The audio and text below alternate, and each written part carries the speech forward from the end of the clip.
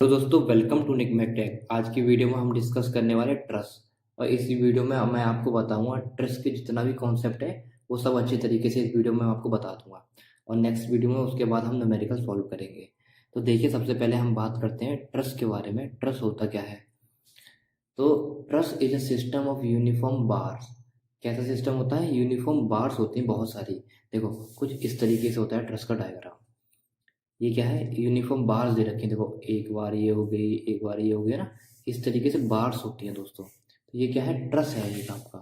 तो वही यहाँ पर मैंने डेफिनेशन में लिखा हुआ है कि truss is a system of uniform bars. ऐसा सिस्टम होता है, यूनिफॉर्म बार्स का सिस्टम होता है।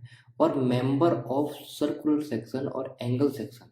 ये जो तुम्हारी बार होती है दोस्तों, ये सर्कुलर सेक्शन में भी हो सकती हैं और एंगुलर सेक्शन में तो होती हैं, एंगल सेक्शन में। ठीक है। फिर आगे देखो क्या है? Joint together at their end by riveting and welding. जो जॉइंट है ना, देखो एक जॉइंट ये दे रखा है अपना, एक जॉइंट ये दे रखा है। ये आपस में जो कनेक्ट होती हैं, जॉइंट होती हैं, किससे होती हैं? या तो रिवेट से जॉइंट हो सकती हैं या तो वेल्डिंग से जॉइंट हो सकती हैं। ये बात आपको याद रखनी है। और and construct to support loads. और ये बनाई, ये लगाई क्यों जाती है, कंस्ट्रक्ट क्यों करी जाती है? ताकि जो भी लोड लगा है ना, इसको सपोर्ट करने के लिए। ठीक है। ये आपकी ट्रस्ट की डेफिनेशन होगी। क्या डेफिनेशन हुई? कि trust is a system of uniform bar. Trust किसका सिस्टम होता है? यूनिफॉर्म बार का सिस्टम होता है। और member of circular section, angle section. कैसे हो सकती है? सर्कुलर और एंगल सेक्शन की हो सकती हैं वो। Joint together at their end by riveting and belting. किससे जुड़ी होती है? या तो रिवेट से ज्वाइंट हो सकती है या फिर बेल्टिंग से। And construct to support the load. क्यों बनाई जाती है? ताकि लोड को सपोर्ट मिल सके। ठीक है। नेक्स्ट पॉइंट की अगर हम बात करें इसमें, तो the member of truss are straight member. जितने भी मेंबर हैं ट्रस्ट के, कैसे हैं? स्ट्रेट हैं। ठीक है। And the load are applied only at the joint. Load जो लगेगा दोस्तों, ये बात बहुत आपको याद रखनी है। लोड कहाँ लगेगा? ओनली जॉइंट्स के ऊपर ही लोड लग सकता है। ये बात आपको याद रखनी है। क्योंकि आप ये नहीं यहाँ पे बीच में लोड लगा दो, मेंबर के बीच में नहीं। लोड हमेशा जॉइंट पर ही लगाना है। ये बात आपको याद रखनी है। नेक्स्ट पॉइंट की अगर हम इसमें बात करें तो क्या है? Every member of truss is two force. इस मेंबर के, ट्रस्ट के जो मेंबर होते हैं, इनमें केवल दो फोर्स लगते हैं। ठीक है। कौन कौन से दो फोर्स लगते हैं? पहला फोर्स है एक्सियल टेंसाइल फोर्स। सेकेंड जो फोर्स है वो क्या है? Axial compressive force. तो दोस्तों, ये एक्सियल टेंसाइल फोर्स का मतलब क्या है, एक्सियल कंप्रेसिव फोर्स का मतलब क्या है, ये बहुत जरूरी है आपके लिए जानना। ठीक है। तो टेंसाइल नेचर का फोर्स आपको पता होगा। टेंसाइल का मतलब क्या होता है? बाहर की तरफ, जैसे ये रोड है, हम बाहर की तरफ खींच रहे हैं ना, इस साइड टेंसाइल नेचर का फोर्स लगता है। कंप्रेसिव मतलब कि हम अंदर डाल रहे हैं, कंप्रेसिव। ठीक है। जैसे सपोज दैट ये हमारे पास रोड थी, इस रोड पे अगर हम बाहर की तरफ लोड लगा रहे हैं तो क्या है? टेंसाइल नेचर का फोर्स लगा रहे हैं हम लोग। और अगर यही लोड अगर हम मान लो ऊपर से लगा रहे हैं, इस तरीके से कंप्रेसिव नेचर का, ये क्या है? कंप्रेसिव फोर्स होते हैं। ये आपको अच्छे तरीके से पता होगा ऑलरेडी। यहाँ जो जानना जरूरी है वो क्या है? एक्सियल का क्या मतलब है? क्या मतलब है? एक्सियल का क्या मतलब है? तो एक्सियल का मतलब ये है दोस्तों, मान लो ये हमारे पास एक मेंबर है। ये जो मेंबर है हमारे पास, ठीक है, इस मेंबर पे अगर हम बात करें, ये क्या है? इसकी एक्सिस ही तो है दोस्तों।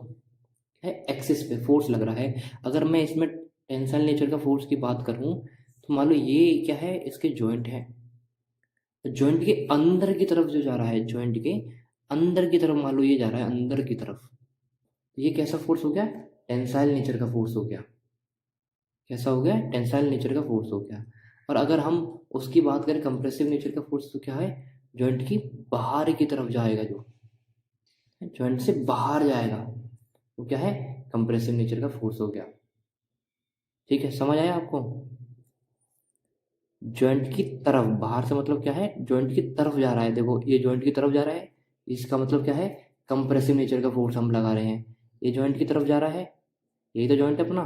कैसा फोर्स लगा रहे हैं हम? कंप्रेसिव नेचर का फोर्स लगा रहे हैं। ये बात याद रखना आपको। और ये जॉइंट की अंदर जा रहा है, तो क्या कर रहे हैं हम? टेंसाइल नेचर का फोर्स लगा रहा है। ये बात आपको याद रखनी है। कंप्रेसिव और टेंसाइल, आई होप आपको समझ आ गया हो। एक्सियल का मतलब क्या है? इसकी एक्सिस पे लग रहा है। आपको मैंने बताया था कि कोलिनियर फोर्स क्या होते हैं? जो एक्सिस पे लगते हैं। तो कोलिनियर फोर्स की तरह ही एक्ट कर रहा है ये। ठीक है। ये तो बात होगी हमारे ट्रस्ट के बारे में कि ट्रस्ट क्या होता है।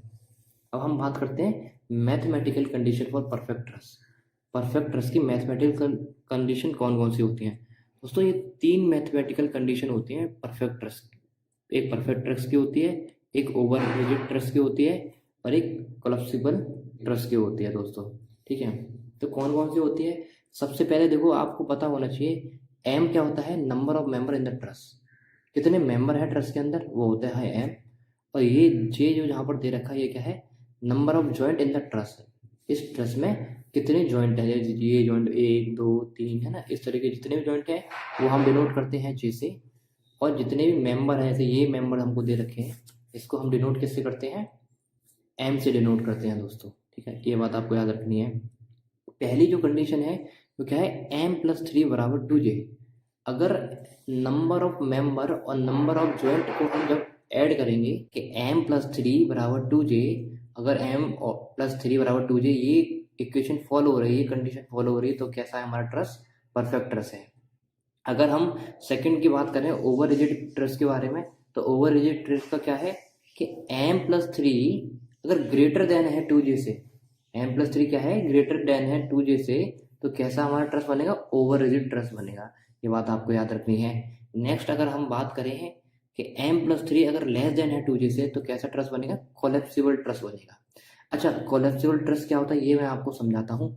सपोज दैट हमारे पास ये है, ठीक है, या फिर बहुत सारे हमें ताश के पत्ते थे कि आपने इस तरीके से हम लगाते हैं। मान लो ये सिक्के, मान लो हम इस तरीके से ट्रस्ट बना रहे हैं, डिजाइन कर रहे हैं ट्रस्ट का, ठीक है, और इसमें ये है। तो अगर इसमें ऊपर और भी सारे लगे हैं, तो अगर मेंबर को हम हटाएंगे, अगर एक मेंबर को हटाएंगे तो क्या होगा, सब आपस में गिर जाता है। आपने देखा होगा इस तरीके ट्रस्ट स्ट्रक्चर होता है।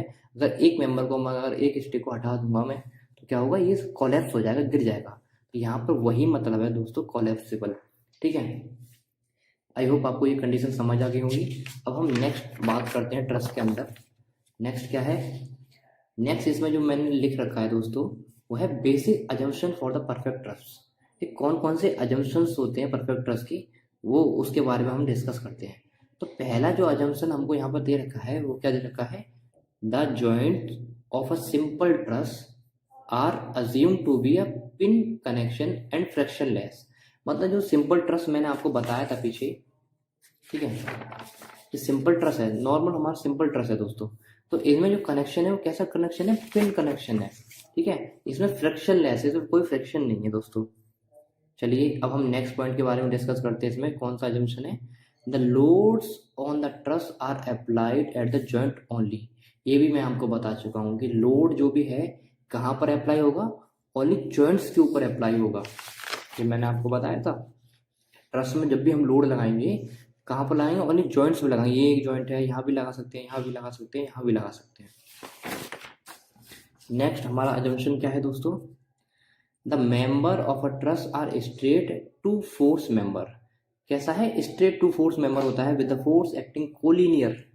ये बात आपको याद रखनी है, कैसा है, collinear with the centre line of the member. इसका मतलब क्या है दोस्तों, तो मैं आपको पहले समझा चुका हूँ ऑलरेडी कि दो टाइप के हमारी फोर्स होते हैं, एक एक्सियल टेंसाइल फोर्स और दूसरा एक्सियल कंप्रेसिव फोर्स होता है। और ये कहाँ पर लगते हैं, इसकी एक्सिस पे लगते हैं, एक्सियली लगते हैं। ठीक है, कहाँ लगते हैं, एक्सिस पे लगते हैं। मान लो यहाँ एक्सिस है ये हमारी, इस एक्सिस पे लगेंगे, है ना, एक्सियली लगेंगे। तभी तो कोलिनियर का मतलब ही क्या होता है, जिसकी सेम एक्सिस होती है। तो वही यहाँ पर लिखा हुआ है, collinear with the central line of the member. चलिए नेक्स्ट पॉइंट इसमें वो भी बहुत इंपॉर्टेंट है, वो क्या है, the weight of the member are negligible small unless otherwise mentioned. मतलब जो भी हम क्वेश्चन सॉल्व करेंगे, हम जितने भी न्यूमेरिकल सॉल्व करेंगे, अगर उसमें क्वेश्चन में वेट दे रखा है तो हम उसको कंसीडर कर सकते हैं, वरना हम उसे नेग्लिजिबल मान लेंगे दोस्तों। ठीक है, अब नेक्स्ट हम बात करते हैं दोस्तों कि determination of axial force in the member of truss, है ना। तो इसमें क्या है दोस्तों, हमारे पास क्वेश्चन जो हम सॉल्व करते हैं, दो तरीके से क्वेश्चन सॉल्व करते हैं। पहला मेथड ऑफ जॉइंट्स, है ना, कौन से कितने मेथड ऑफ जॉइंट्स के हिसाब से, और दूसरा मेथड ऑफ सेक्शंस। ये दो ही मेथड हैं जिससे हम क्वेश्चंस को सॉल्व करेंगे। ठीक है, और ज़्यादातर मैं बात करूंगा एक्सियल फोर्स के बारे में। ठीक है, तो वही मैंने आपको बताया, मेथड ऑफ जॉइंट्स और मेथड ऑफ सेक्शन। एक और मेथड होता है, वो होता है ग्राफिकल मेथड।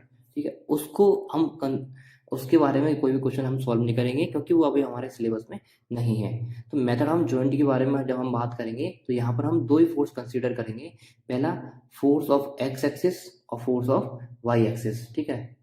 और जब हम मेथड ऑफ सेक्शन के बारे में बात करेंगे तो इसमें फोर्स ऑफ एक्स एक्सिस और फोर्स ऑफ वाई एक्सिस भी होगा हमारा, और मूवमेंट अबाउट एक कोई सा भी पॉइंट उसके अबाउट मूवमेंट भी लेंगे हम, ठीक है। तो इसके बारे में हम डिस्कस करेंगे जब हम न्यूमेरिकल सॉल्व करेंगे अच्छी तरीके से। दो ही मेथड पढ़ेंगे, मेथड ऑफ जॉइंट और मेथड ऑफ सेक्शन। ज़्यादातर जो क्वेश्चन पूछा जाता है वो जॉइंट, मेथड ऑफ जॉइंट्स के अकॉर्डिंग हम इजीली सॉल्व कर पाते हैं।